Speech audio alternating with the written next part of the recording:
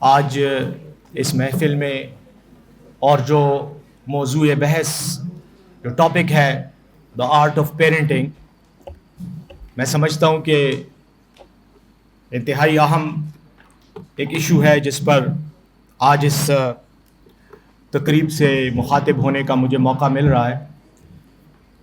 میں art of parenting پر یہی کہوں گا کہ جہاں تک اس موضوع کا تعلق ہے، یقیناً ایک بہت ہی اہم سماجی ایشو بھی ہے، معاشرتی ایشو بھی ہے کہ پیرنٹنگ کا سٹینڈرڈ معیار ایسا ہو جو معاشرے کی جو موجودہ ضروریات ہیں ان کا احاطہ بھی کر سکے اور ان ضروریات کو اس انداز میں ہینڈل کر سکے کہ آنے والے دنوں میں، مستقبل میں ہمارے معاشرے میں مزید مثبت رجحانات پیدا ہوں۔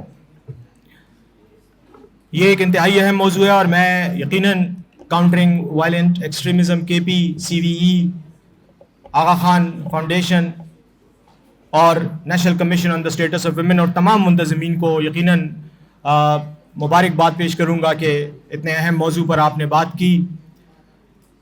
خاص طور پر جب ہم آرٹ آف پیرنٹنگ کو کاؤنٹرنگ وائلنٹ ایکسٹریمزم کے تناظر میں اور ہمارے خیبر پختونخوا کے موجودہ معاشرے کے تناظر میں دیکھتے ہیں تو یقیناً یہ احساس ضرور پیدا ہوتا ہے کہ ان کا لنک کیا ہے۔ یہ سوال ضرور پیدا ہوتا ہے کہ ان دونوں کا لنک کیا ہے۔ جہاں تک لنک کا تعلق ہے اس پر میں ابھی جو میرے خیالات ہیں وہ آپ کے ساتھ میں شیئر کروں گا، لیکن یہ ضرور کہوں گا کہ جہاں تک اس موضوع کا تعلق ہے یہ اب نہ صرف آرٹ آف پیرنٹنگ ہے بلکہ یہ سائنس آف پیرنٹنگ بھی ہے۔ اس کی بنیادی وجہ یہ ہے کہ آرٹ تو اس وقت اس سٹیج پہ پہنچتا ہے جہاں پر معاشرہ اس چیز کو ماسٹر کر کے اس میں اپنی مہارت حاصل کر کے اس کو ایک اعلیٰ ایسے ایک مقام تک اپنی اس فن کو یا اس مہارت کو پہنچا دیتا ہے جہاں سے جو اس کے مقاصد ہوتے ہیں وہ پورے ہونے کی کیپیسٹی، صلاحیت معاشرے کے اندر پیدا ہو جاتی ہے۔ لیکن اس سے پہلے اس پورے پروسیس کو سمجھنا، اس کو ایویلیویٹ کرنا، اس کی سائنٹیفک ڈسکورس کو ڈسکرائب کرنا میرے خیال میں وہ بھی ایک انتہائی اہم ایشو ہے۔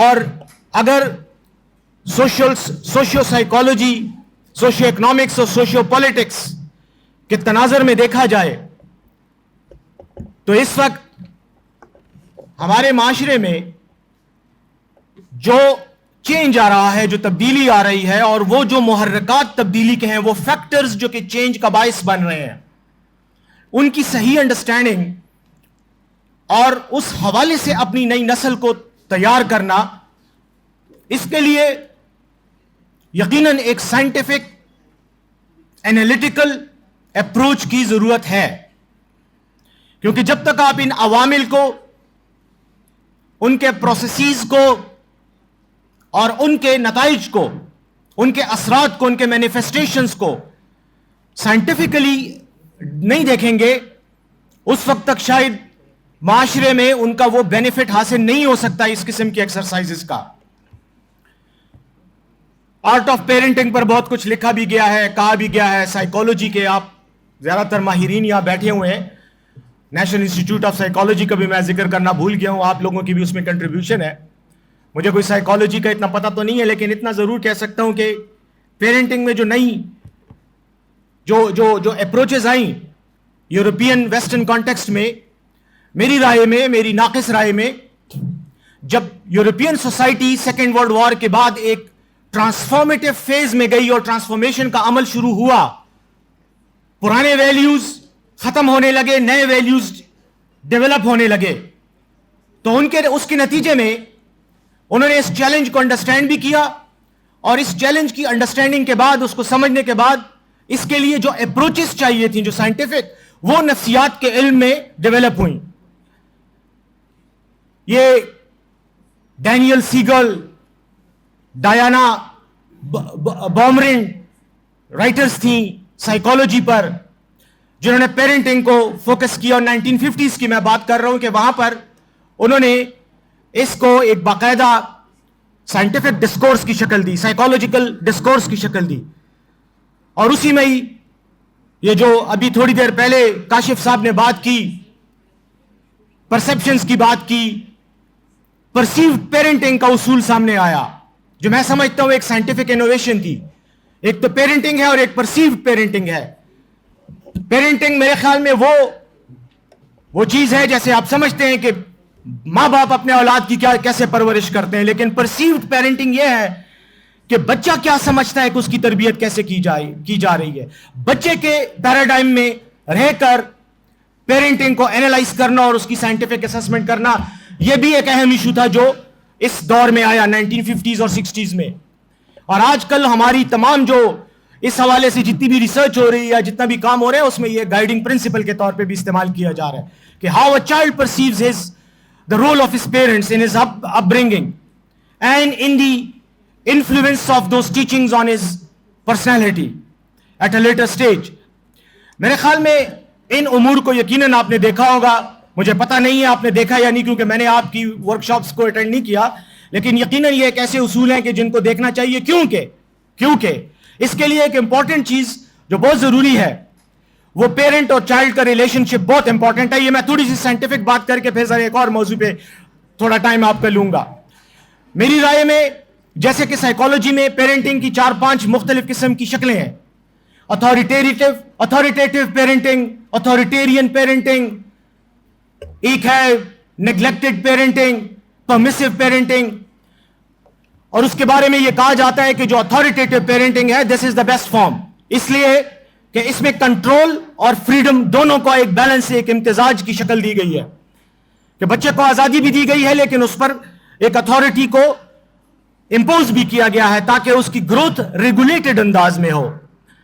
تو مجھے یقین ہے کہ یہ چیزیں اس ٹریننگ میں شاید ان کو ملحوظ خاطر ضرور رکھا گیا ہوگا. لیکن جو ہمارا چیلنج ہے پیرنٹنگ کے حوالے سے اس پر بات کرتے ہیں کیونکہ CVE کے ساتھ وہ بہت ریلیٹڈ ہے.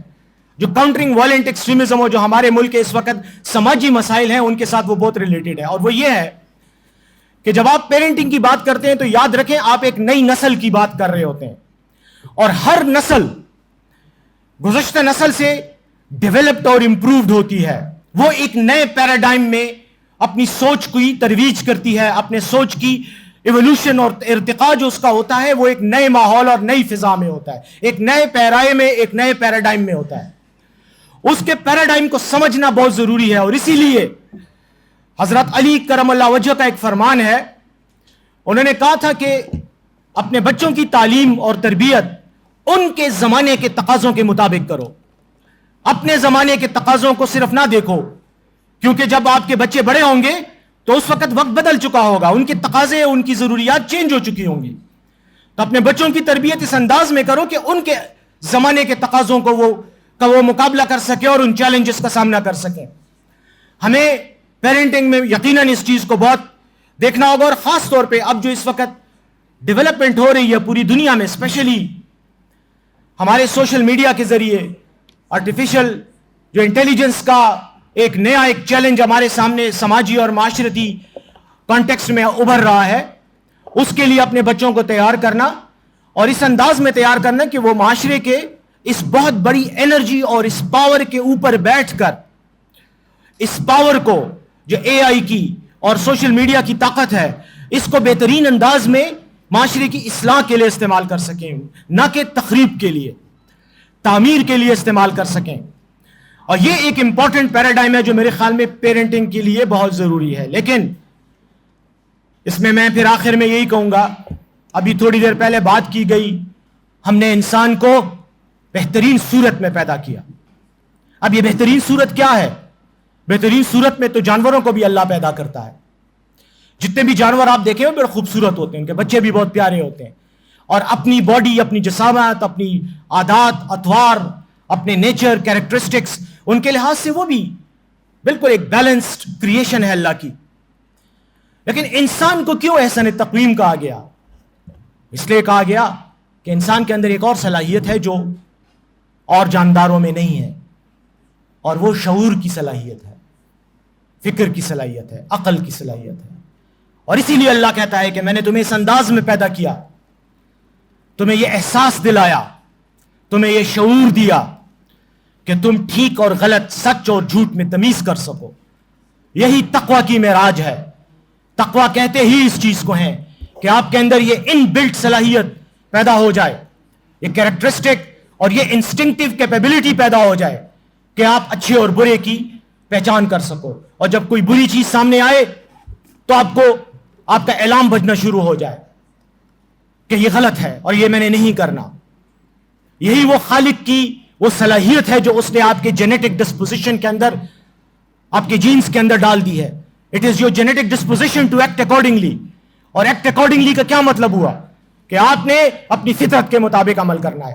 لیکن معاشرتی جو خرابیاں, خامیاں اور ڈفرینٹ مینیفیسٹیشنز ہیں مختلف عوامل کی, وہ ایک بچے پر اثر انداز ہوتے ہیں اور اس کے بعد اس بچے کی پرسنالٹی بنتی ہے, جس کو تھیوری آف سوشل ایٹریبیوشن کہتے ہیں.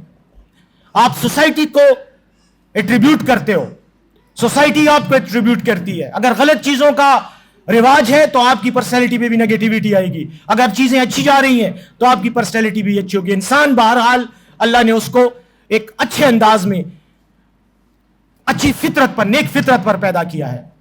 اب اس میں صرف ایک چیز کہنا چاہوں گا کہ شعوری اور غیر شعوری جاندار میں کیا فرق ہے. ہم شعوری جاندار اپنے آپ کو کہتے ہیں, اسی لیے ہم بیسٹ آف دا مین کا, بیسٹ آف دا کریشنز ہیں اللہ کے. وہ اس لیے ہیں کہ جب ہم شعور کی بات کرتے ہیں تو ہم صرف اپنی ذات تک محدود نہیں رہتے. ایک جانور انسٹنکٹیو جبلی طور پر صرف اپنی ذات کے ارد گرد سوچتا ہے. اس کی اینالیٹیکل ڈسکورس اور سائنٹیفک ریزننگ جو ہے وہ اس کی کیپیبلٹی میں نہیں آتی, اس کی صلاحیت نہیں ہوتی اس چیز کی. ہماری ہے. تو وہ ہم سے کیا تقاضا کرتی ہے؟ وہ ہم سے پھر ایک اور چیز کا بھی تقاضا کرتی ہے کہ ہم فنا بھی نہیں ہوں گے, ہماری ڈیتھ نہیں ہے.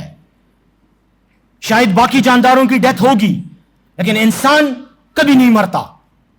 انسان ڈفرنٹ شکلوں میں اپنی زندگی بسر کرتا ہے. یہاں آنے سے پہلے ہمارے عقیدے کے مطابق ہم عالم ارواح میں تھے. عالم ارواح سے ہم اس عالم دنیا میں آئے. اس کے بعد ہم ایک اور عالم میں جائیں گے. ہم فنا نہیں ہوں گے. ہماری شکلیں, یہ انرجی جس کو ہم روح کہتے ہیں, یہ مختلف شکلوں میں ٹرانسفارمیشن کے تحت چلتی رہیں گی. وہ فزکس کی تھیوری ہے, law of transformation of mass and energy. آپ ٹرانسفارم ہوتے ہو, میٹر ایک فارم میں ٹرانسفارم ہوتا ہے اور انرجی ایک فارم سے دوسرے میں ٹرانسفارم ہوتی ہے. آپ فنا نہیں ہوتے. لیکن اس فنا کے پیچھے کنسپٹ کیا ہے اللہ کا؟ اس فنا کا یہ تقاضا ہے, یہ فنا نہ ہونے کا, کہ دنیا میں یہ جو کچھ بھی آپ وقت گزار رہے ہو, جو بھی آپ ایفرٹس کر رہے ہو, ان کا ایک ریزلٹ, ایک نیٹ ریزلٹ آپ کو ملے گا. اور اس نیٹ ریزلٹ کی بنیاد پر آپ کے نیکسٹ سٹیج کا جو رول ہے, جو سٹیٹس ہے, وہ ڈیفائن ہوگا.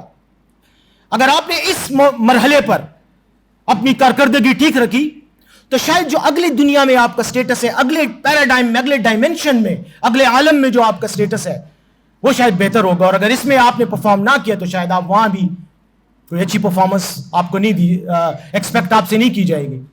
اب اسی چیز کو رسول کریم صلی اللہ علیہ وسلم نے ایک حدیث میں بیان کیا ہے, اور وہ ضروری ہے, میں آپ کے سامنے اس لیے رکھتا ہوں کہ یہ پیرنٹنگ کے ساتھ ریلیٹڈ چیز ہے.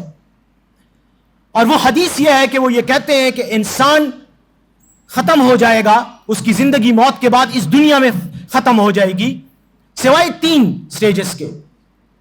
ایک یہ کہ اس نے ایک کوئی ایسا کام کیا ہو جو صدقہ جاریہ میں آتا ہو. دوسرا یہ کہ اس نے علم کو اس انداز میں پیش کیا ہو کہ اس کے جانے کے بعد بھی لوگ وہ اس علم سے فائدہ اٹھا سکیں. علم النافع جس کو قرآن میں کہا جاتا ہے, وہ علم جس سے لوگ فائدہ اٹھا سکیں. اور تیسری وہ اولاد, تیسری شخصی حیثیت اس اولاد کی ہے جو اپنے والدین کے لیے دعا مانگتی ہے. یہ وہ 3 مراحل ہیں, یہ وہ 3 درجے ہیں, یہ وہ 3 شکلیں ہیں جس میں آپ جانے کے بعد بھی, اس عالم سے اس دوسرے عالم میں ٹرانسفارم اور انتقال ہونے کے بعد بھی آپ اس دنیا میں زندہ رہو گے. آپ کی یاد اور آپ کے ایکشنز اس دنیا میں رہیں گے اور ان کا فائدہ آپ کو اس عالم میں ملے گا. یہ سب کچھ کون کرتا ہے؟ یہ وہی بچہ کر سکتا ہے جس کی تربیت ٹھیک ہوئی ہو, جس کی پیرنٹنگ انسانوں کی پیرنٹنگ کے طور پہ, جس کو کسی جانور کی طرح صرف اس کے کھانے پینے اور اس کے کپڑوں اور اس کی دنیاوی ضروریات اور جسمانی ضروریات کو مد نظر رکھتے ہوئے نہ کی گئی ہو, بلکہ اس کو اخلاقیات, روحانیات اور اتنی حد تک شعوری اسٹرینتھ دی گئی ہو, اتنی توانائی شعور کی دی گئی ہو کہ وہ اپنی شخصیت اور اپنی ذات کے بیانڈ بھی سوچ سکے, میٹافزیکل ریالٹیز میں بھی وہ زندہ رہ سکے, مابعد الطبیعات میں بھی وہ زندہ رہ سکے.